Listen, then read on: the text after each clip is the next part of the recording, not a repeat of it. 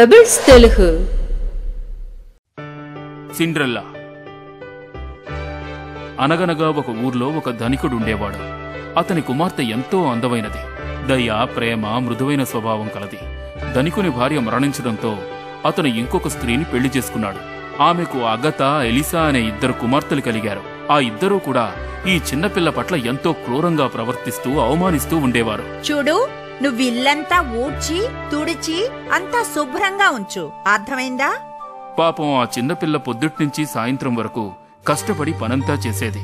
ఆమె ఎప్పుడూ మురికిగా, అసహ్యంగా ఉండడం వలన ఆమె పేరు సిండ్రెల్లా అని పెట్టారు. అబ్బా, ఎంత అందంగా తయారైందో చూడు. ఒకరోజు రాజుగారు తమ రాజ్యంలోని ప్రతి ఒక్కరికి అక్కడ జరగబోయే నృత్య ప్రదర్శనకి ఆహ్వానాలు పంపారు. ప్రతి ఆడపిల్ల రాకుమారుని కలుసుకోవడానికి ఆహ్వానించబడింది. అతడు ప్రతి కన్యతో నృత్యం చేసి వారిలో తనకు నచ్చిన అమ్మాయిని తన భార్యగా ఎంచుకుంటాడని ఆశించారు. ఆ రోజు రానే వచ్చింది. సిండ్రెల్లా, త్వరగా వెళ్ళడానికి సమయం అవుతుంది. వాళ్లు విందుకెళ్లడానికి సిండ్రెల్లా అందంగా ఉన్న దుస్తులను ఎంపిక చేసింది. తరువాత, అమ్మా, నేను మీతో విందుకొస్తానమ్మా.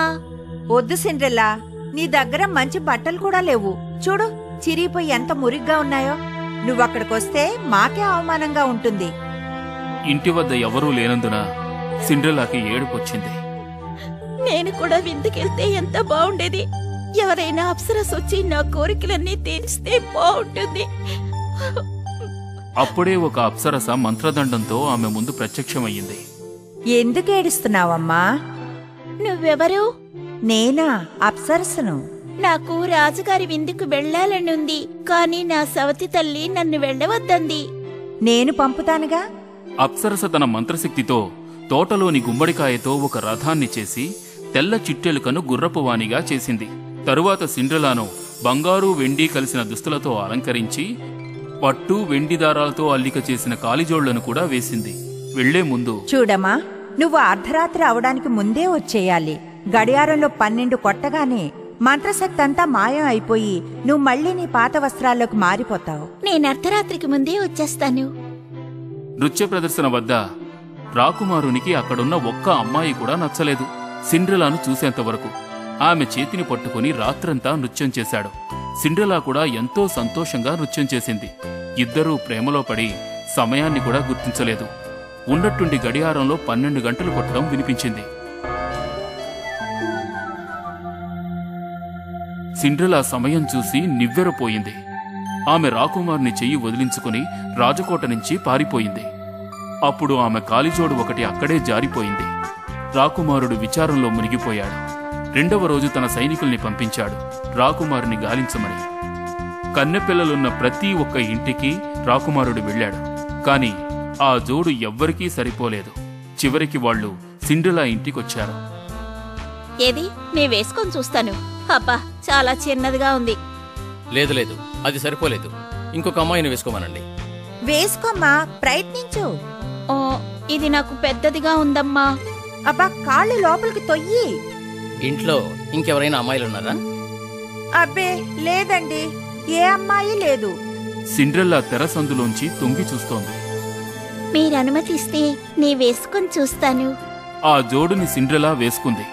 ఆమె నాజూకైన కాలుకి ఆ జోడు సరిగ్గా అతికినట్టు సరిపోయింది. ఆమె తన జోబులోంచి ఇంకొక జోడును కూడా తీసి వేసుకుంది. రాకుమారుడు సిండ్రెల్లాని గుర్తించి ఎంతో సంతోషించాడు.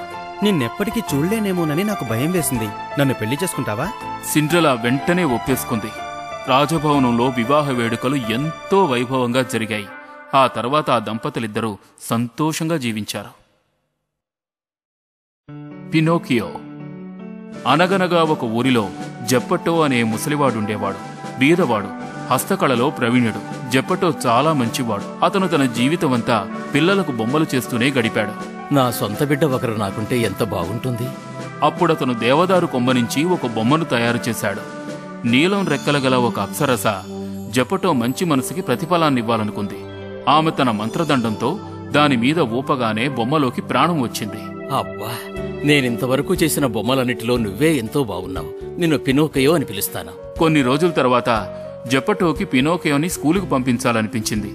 అతను తనకున్న ఒకే ఒక పాత కోటుని అమ్మి పినోకియో కొరకు స్కూల్ బుక్ని కొన్నాడు. అందరి అబ్బాయిల్లా నువ్వు స్కూలుకు వెళ్ళాలి. సరేనా? వెళ్తావు కదూ? అలాగే నాన్నగారు. దారిలో పినోకియో ఒక జిత్తులు మారి నక్కను కలిశాడు. మిత్రమా, నీకు తెలుసా, నిజమైన పిల్లలకు స్కూల్ అంటే నచ్చదు. వాళ్ళు రన్నవే ద్వీపంలోకి వెళ్లి అక్కడ రోజంతా ఆడుతూ పాడుతూ ఆనందించాలంటారు. కావాలంటే నీకొక టికెట్ అమ్మగలను, తీసుకుంటావా? కానీ నా దగ్గర డబ్బులు లేవుగా. లేకపోతేనే పుస్తకం ఉందిగా. పినోకియో తన పుస్తకాన్ని అమ్మేసి నిజమైన పిల్లవానిలా ఆనందించాలనుకున్నాడు. కాని అప్పుడే నీలం రెక్కల గల అప్సరస ప్రత్యక్షమయ్యింది. పినాక్యో, నువ్వు స్కూల్కి ఎందుకు వెళ్ళడం లేదు? నేను స్కూల్కేగా వెళ్తున్నాను. అంత పెద్ద అబద్ధం చెప్పగానే పినోకియో ముక్కు పెద్దగా పొడుగ్గా పెరగడం మొదలయ్యింది. పినోకియో ఏడవడం మొదలుపెట్టాడు. నువ్వు అబద్ధం చెప్పావు పినాక్యో. నువ్వు అబద్ధం చెప్పినప్పుడంతా నీ ముక్కు పెద్దదవుతుంది. నన్ను క్షమించు. నేను మంచి పిల్లవాడిగా ఉండి స్కూల్కు వెళ్తాను. ఒట్టు. అప్సరస అతన్ని క్షమించి తన మంత్రదండం ఒక్కసారి ఊపడంతో అతని ముక్కు మళ్లీ మామూలుగా అయిపోయింది. ఒక విషయం గుర్తుంచుకో బాబు, రనవే ద్వీపం పిల్లలకు సురక్షితమైన చోటు కాదు. నువ్వు అక్కడికి వెళ్తే గాడిదవైపోతావు. కాని పినాకియో ఆమె మాటను వినాలనుకోలేదు. తన తండ్రి గురించి కాని అప్సరస గురించి కాని ఆలోచించకుండా అతడు రనవే ద్వీపానికి వెళ్ళాడు. ముందక్కడ ఉండడం బాగానే అనిపించింది. అన్ని చోట్ల ఆడేందుకు ఆటలు, స్వీట్లు ఉన్నాయి. పినాకియోని అక్కడ ఆపేవారు ఎవ్వరూ లేరు. ఒక రోజంతా ఆనందంగా గడిపిన తరువాత అతను అలసిపోయాడు. ఒక చెరువును చూసి నీళ్లు తాగుదామని వంగగానే పినాకియో నీటిలో తన ప్రతిబింబాన్ని చూశాడు. ఓ, ఇది నేను కాదే. నా చెవులు, ముక్కు ఏవైపోయాయి? నాకు ఈ తోక ఎక్కడి నుంచి వచ్చింది? అతని చెవులు, ముక్కు పొడవైపోయాయి. గాడిద తోకలాంటి తోక కూడా మొలిచింది. ఎవరైనా సాయం చేయండి. మరోసారి నీలం రెక్కల అప్సరస ప్రత్యక్షమయ్యింది. బుద్ధి లేని తోలుబొమ్మ, చెప్పానుగా రనవే ద్వీపం సురక్షితమైన చోటు కాదని. వెళ్ళి మీ నాన్నని చూడు, పాప నీ కోసం ఎంతగా ఏడుస్తున్నాడో. తన మంత్రశక్తితో అప్సరస గాడిద చెవుల్ని, పెద్ద ముక్కుని, తోకని మాయం చేసింది. ఆమె అతడిని సముద్రపు ఒడ్డు దగ్గరకు చేర్చింది. అక్కడ జప్పటో మునిగిపోవడం పినోకియో చూశాడు. నేను కాపాడుతాను నాన్నా. తన తండ్రి గురించి మాత్రమే ఆలోచించిన పినోకియో నీటిలోకి దూకి తన తండ్రిని రక్షించాడు. పినాక్యో, ఇప్పుడు తెలుసుకున్నావా? నిజమైన వ్యక్తిలా ఉండడం అంటే ప్రేమించడం, ఇతరులను జాగ్రత్తగా చూసుకోవడం అని. నీ తండ్రి పట్ల నీకున్న నిజమైన ప్రేమే నీకు ప్రతిఫలాన్నిచ్చింది. అవును, ఇప్పుడిక పినోకియో తోలుబొమ్మ కాదు, మాంసం, నెత్తురు, బొమికలు ఉన్న నిజమైన మనిషి. ఎలాగైతేనే చివరికి నా కోరిక తీరింది. అప్పట్నుంచి పినోకియో తన తండ్రితో కలిసి ఆనందంగా జీవించాడు. రాపన్జల్. ఒకానొక కాలంలో ఓ దంపతులుండేవారు. వాళ్లకి పిల్లలు పుట్టలేదు. కాని కావాలని వాళ్లకెంతో కోరిక. వాళ్ళింటి పక్కన ఒక అందమైన తోట ఉండేది. ఆ తోటలో ఒక దుష్ట మాంత్రికురాలుండేది. ఒకరోజు నెల్కి బిడ్డ పుడుతుందన్న సూచనలు కనిపించాయి. అదే రోజున ఆమె మాంత్రికురాలి తోటలో పచ్చగా తాజాగా ఉన్న రాపన్జల్ క్యాబేజ్ పెరగడం చూసింది.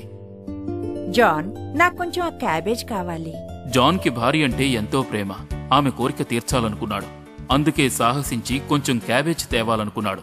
అయితే అతను దాన్ని కోయగానే ఎదురుగా మాంత్రికురాలు ప్రత్యక్షమయ్యింది. ఎంత ధైర్యం! నా రాపన్జల్లే దొంగిలిస్తావా? ప్రతిఫలం అనుభవిస్తావు. తన భార్య గర్భవతిని, ఈ రాపన్జల్ కోసం ఎంతో ఆతృతతో ఎదురుచూస్తోందని జాన్ వివరించాడు. దయచేసి నా మీద దయచూపు. అయితే సరే, నీకు కావలసినంత తీసుకుని వెళ్ళు. కాని బిడ్డ పుట్టిన తరువాత అది నాదవుతుంది. జాన్ ఎంతో భయపడి వెంటనే ఒప్పుకున్నాడు.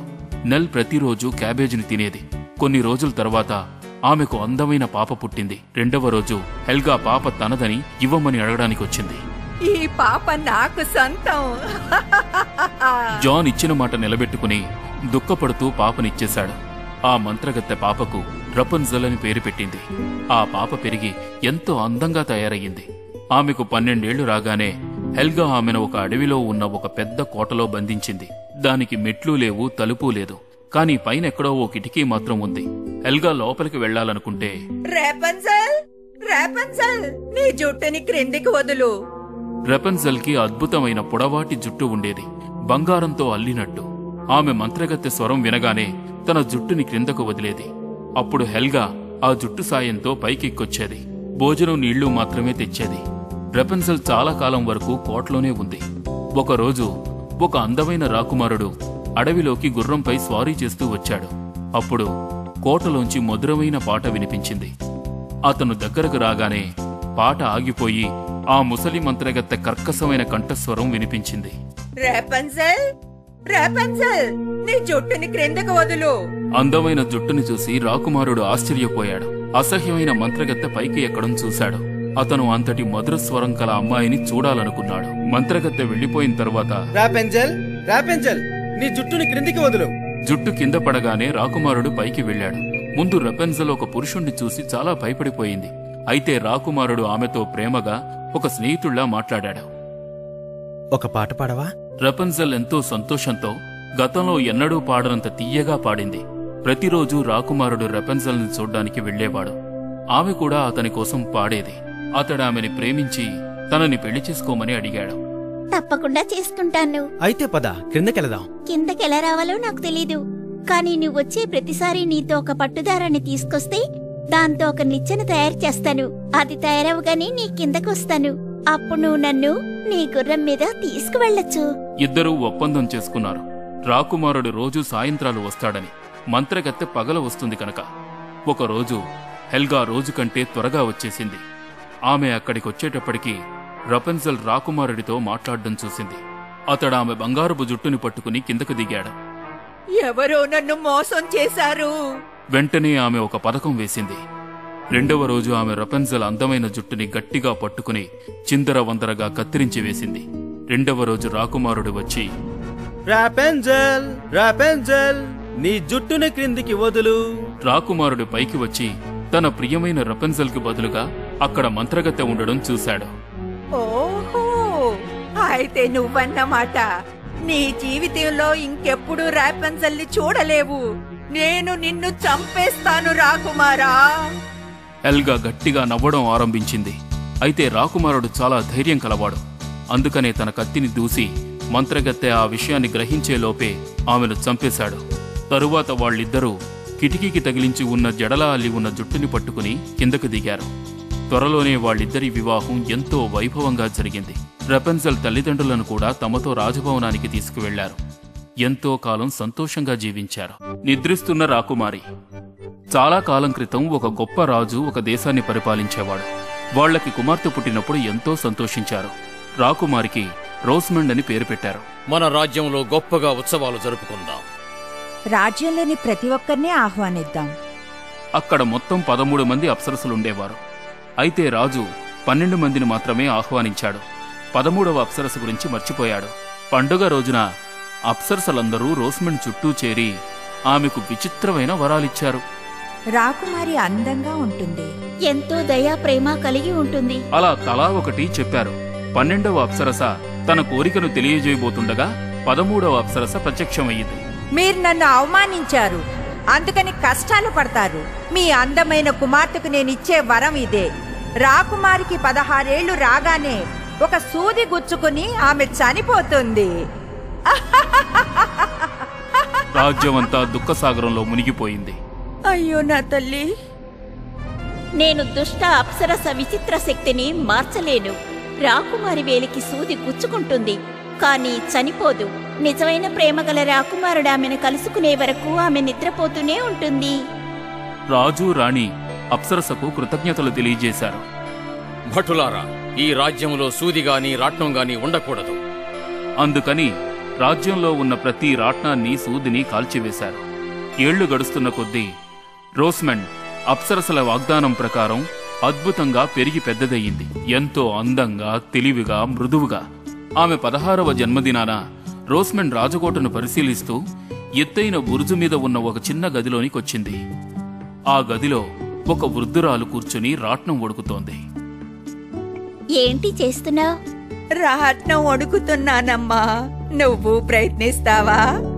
ఇంతకు ముందు అన్నడూ ఇలాంటిది చూడలేదు. నేనొకసారి ప్రయత్నం చేయనా? ఆమె ఆ రాట్నాన్ని ముట్టుకోగానే పదునైన సూది మన వేలుకు గుచ్చుకుంది. ఆమె వెంటనే నిద్రలోకి జారుకుంది. ఆ వృద్ధురాలు మరెవరో కాదు, దుష్ట అప్సరస మోద్ర. అడవి గులాబీల కంచె కోట చుట్టూ మురిచింది. ఎన్నో ఏళ్లు గడిచిపోయాయి. ఒకరోజు పక్కదేశపు రాకుమారుడు యవాన్ ఆ కోటలో ఏముందో చూడాలనుకున్నాడు. అందుకని కంచెను కొట్టడానికి తన కత్తిని దూశాడు. కాని కత్తి కొమ్మను తాకిన వెంటనే అతని ముందు మార్గం ఏర్పడింది. అతను కోటనంతా పరిశీలించి చివరికి అతను ఎత్తైన బురుజు మీదున్న చిన్న గదిలోకి ప్రవేశించగా అక్కడ నిద్రిస్తున్న రాకుమారి అతని దృష్టిలో పడింది. ఎంతటి అందం! ఇంతవరకు ఇంత అందమైన వారిని నేను చూడలేదు. అతను వంగి ఆమె బుగ్గ మీద ముద్దు పెట్టుకున్నాడు. అప్పుడు ఆ మంత్రశక్తి పోవడంతో రోస్మెండ్ కళ్ళు తెరిచింది. ఏం జరిగింది? మీరెవరు? నా పేరు ఈవాన్, రాకుమారుణ్ణి. మీ పక్క దేశం నుంచి వచ్చాను. రాజు రాణి తమ కుమార్తెను చూసి ఎంతగానో సంతోషించారు. నువ్వు దుష్ట మాంత్రికురాలి శాపాన్ని పోగొట్టావు. తరువాత రాజు రాకుమారునికి పూర్తి కథను వివరించారు. నిజమైన ప్రేమగల రాకుమారుడు మాత్రమే ఆ మంత్రశక్తిని పోగొట్టగలడు. అమ్మా రోజ్మండ్, నీ నిజమైన ప్రేమను పొందగలిగావు. రోస్మెండ్ మరియు యవాన్ల వివాహం జరిగింది. నూతన దంపతులను ఆశీర్వదించడానికి అప్సరసలందరూ వచ్చారు. రాజ్యంలో మళ్లీ ఆనందం వెల్లివిరిసింది. తంబలీనా. ఒక గ్రామంలో పిల్లలు లేని ఒక స్త్రీ ఉండేది. ఆమెకు బిడ్డలంటే ఎంతో ఆశ. ఆమె వెళ్లి మంత్రగత్తెను చూడాలని నిర్ణయించుకుంది. మంత్రగత్తె ఆమెకు నాటమని ఒక విత్తనం ఇచ్చింది. ఆ స్త్రీ తమ తోటలో ఆ విత్తనాన్ని నాటింది. కొన్ని రోజుల తర్వాత ఒక గొప్ప విచిత్రమైన పువ్వు పూసింది. ఆ పువ్వు వికసించగానే అందులో అందమైన బంగారపు జుట్టుగల ఒక చిన్న పాప ఉంది. ఆ పాప ఆ స్త్రీ బొటనవేలంత కూడా లేదు. ఆమె ఆ పాప పేరు తంబ్లీనా అని పెట్టింది. ఒకరోజు ఆమె బల్ల మీద ఆడుకుంటున్నప్పుడు, ఎంత అందమైన అమ్మాయి! ఈమె నా కుమారునికి తగిన జోడీయే.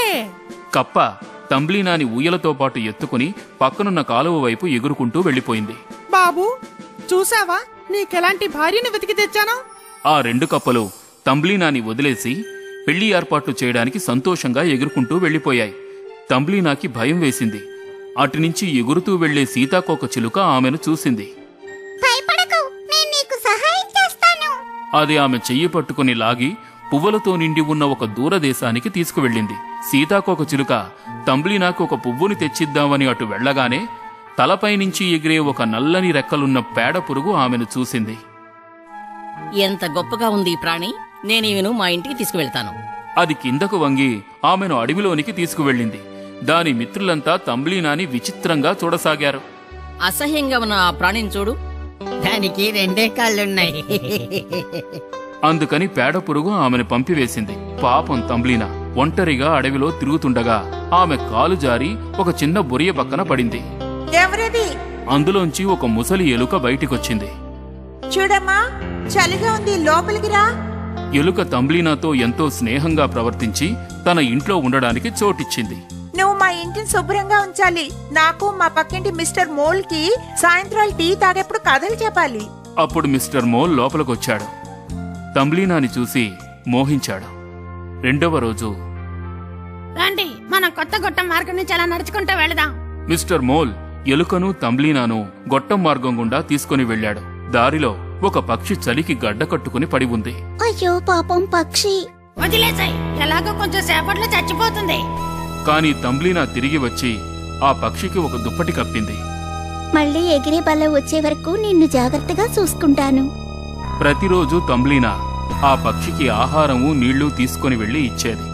ఈలోపు మిస్టర్ మోల్కి తంబ్లీనాని పెళ్లి చేసుకోవాలన్న కోరిక కలిగింది. ఓ తంబలీనా, నేను చూస్తే చాలా సంతోషంగా ఉంది.